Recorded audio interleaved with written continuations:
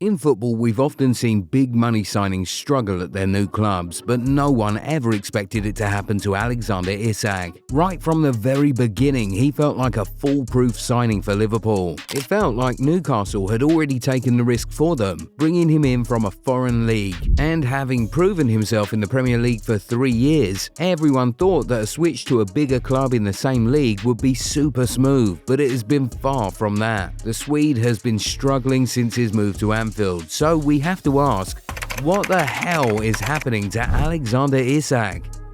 It could be the pressure of the price tag. Isak is now the most expensive player in Premier League history and the third most expensive player in football history. No matter who you are, a price tag like that comes with a lot of pressure. You have to hit the ground running at your new club. If not, you're instantly branded a failure. And he won't even be the first person to be affected by the weight of their price tag. Philippe Coutinho, Jack Grealish, Antoine Griezmann, Paul Pogba, Ousmane Dembele, Eden Hazard, Antony, Romelu Lukaku. These are some players who made big money moves in the last 10 years and ended up struggling so much at their new clubs. So what we're seeing with Isak is nothing new at all. It also doesn't help that there was a lot of drama and suspense surrounding his move. It was drawn out and very messy, with Newcastle not wanting to let him go but the player insisting on leaving by all means.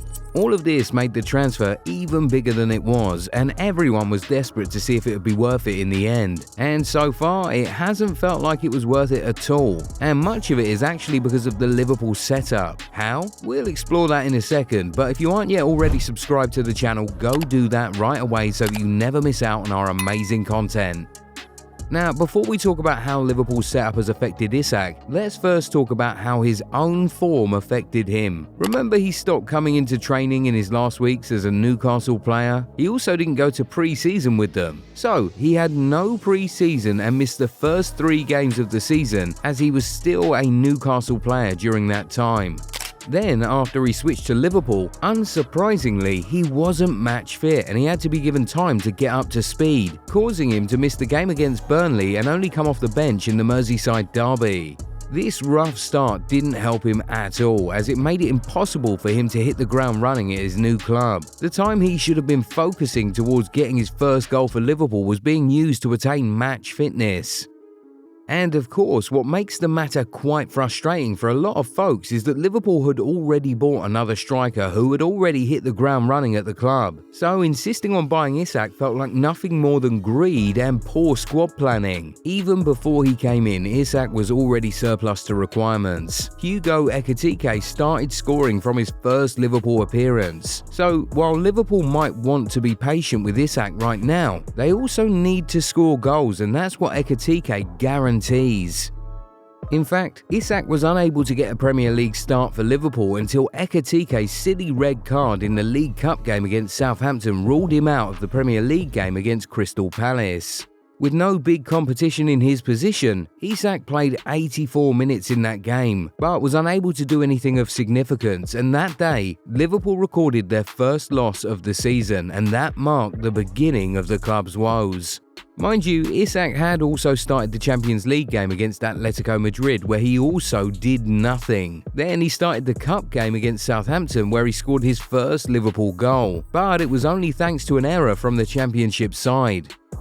Now, despite his lackluster performances so far, the coach still persisted with his most expensive asset, trying to bring him up to speed. Isak was given starts in big games against Chelsea and Man United, ahead of the in-form Ekitike, and while he provided an assist at Stamford Bridge, his overall performances across those games were still largely uninspiring. But when Ekitike came on, he looked more lively and more likely to make things happen.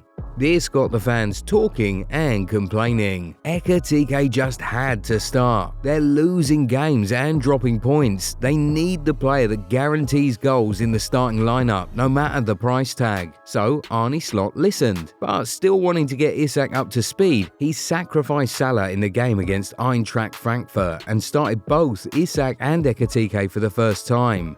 Well, it turned out to be a happy day for everyone but Isak. Ekitike scored, Gakpo scored, Szoboszlai scored, Wirtz assisted twice, even Van Dijk and Konate scored. But Isak couldn't contribute and could even only play one half as he came down with an injury. So, 8 games into his career as a Liverpool player, Isak has only 1 goal, 1 assist and 1 too many fitness issues. This is surely not how Liverpool saw their €145 million investment going. But could it be that it's the club and the coach bringing this upon themselves? The way Liverpool play is markedly different from the way Newcastle play. At Newcastle, Isak had Jacob Murphy, Livramento, Trippier, Lewis Hall, Bruno Guimaraes and a couple more players who were always happy to put crosses into the box for him. At Liverpool, he doesn't have that luxury. Both starting wingers are players who want to cut in and shoot and would hardly ever cross the ball. The fullbacks are also not the best ball crossers at the moment. Perhaps if Isak joined Liverpool a couple of years back when Trent was at the club and Robertson was in his prime, he'd have been much happier. Right now he has Frimpong and Kerkez. Kerkez has had a pretty rough start to life at Liverpool and Frimpong, who's not a bad crosser, has barely played. Chiesa is a player that can put crosses into the box, but we've hardly seen him and Isak on the pitch at the same time. So there isn't a steady supply of high-quality crosses being put into the box for Isak, and those are what he usually feeds on. Ekitike doesn't rely so much on the crosses, which is why he's been cooking so far. I mean, look at his goals for Liverpool. Most of them have come from an interchange of passes with the winger or attacking midfielder, or from a pass behind him. The Frenchman has also been dropping deep very often to generate play, which is something we haven't seen so much from Isak recently. So, if Liverpool want to try and get the best from Isak, Slot can try putting more ball crosses on the pitch. Maybe try and surround Isak with guys like Robertson, Chiesa and Frimpong when he's fit. He could also try putting Isak on the wing while Ekitike plays down the middle. We've seen Isak operate from the wing in the Premier League and he's done it quite well. Maybe putting him in areas where he has to fetch the ball, dribble past players and make something happen will get him up to speed faster than when he's just sitting in the box and waiting for the ball.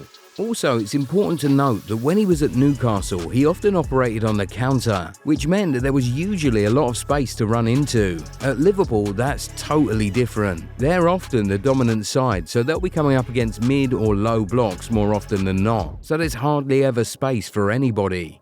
But hey, Alexander Isak is a quality striker, no doubt. He finished as the highest scoring striker in the Premier League last season and the second highest scoring striker the season before that. That is no mean feat. He understands the league and has already proven his quality there. All he needs to do now is get used to his new environment and get back on his groove. But do you think that Isak will begin to come good for Liverpool pretty soon, or is this the start of another Romelu Lukaku or Philippe Coutinho story? What does Slot have to do differently to bring the best out of his record signing? Get in the comments and talk to us. If you enjoyed this video, give it a thumbs up and subscribe to the channel. Also, turn on the bell notification so that you never miss out on new content. We'll catch you in the next one. Bye. Do you want to make money with affiliate marketing? Join the Goal90 Shop affiliate program and start earning today. Get your unique affiliate link and exclusive discount coupon to share with your audience. Every sale made through your link earns you a 10% commission. No limits, just real earnings. Don't miss out. Turn your influence into income now.